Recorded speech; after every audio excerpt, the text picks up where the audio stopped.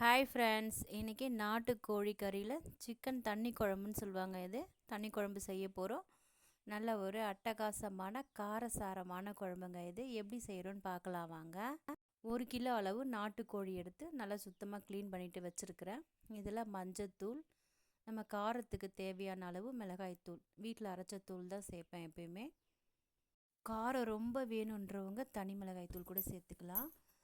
தேவையான அளவு உப்பு, இதோட நல்லெண்ணெய் சேர்த்து இந்த கறியை நல்லா பெசரி வச்சு ஒரு 1/2 மணி நேரம் நல்லா ஊற வச்சோம்னா அது ஒரு நல்ல ஒரு சுவையை தருங்க. இதோட இஞ்சி பூண்டு விழுதையும் சேர்த்துக்கோங்க. சேர்த்துட்டு கை வச்சு நல்லா பெசரி எடுத்துக்கோங்க. நல்லா பெசரி வச்சுட்டு ஒரு 1/2 மணி நேரம் நல்லா அதுலேயே ஊறி வரட்டும். அப்படியே வச்சிடலாம். இப்போ 1/2 மணி நேரம் ஆயிடுச்சுங்க, நல்லா ஊறிடுச்சு.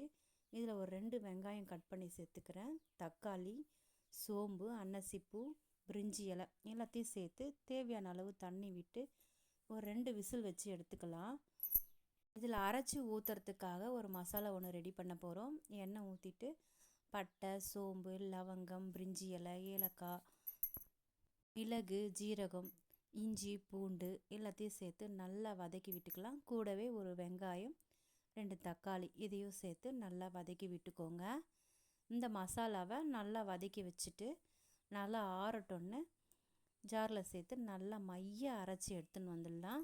இது நம்ம குழம்பு கொதிக்கும் போது சேர்க்க போகிறோம். 2 விசில் குக்கர் ப்ரெஷர்லாம் அடங்கிடுச்சு. பாருங்கள், கறிலாம் நல்லா வெந்து வந்திருக்கு பாருங்கள்.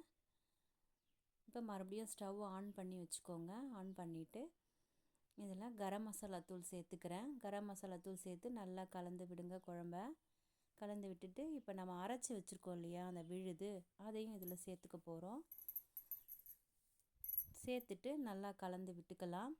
உப்பு காரம் கம்மியாக இருக்கான்னு பார்த்து வேணும்னா இந்த டைமில் நம்ம சேர்த்துக்கலாம். இந்த மசாலாவும் இதில் சேர்த்துருங்க.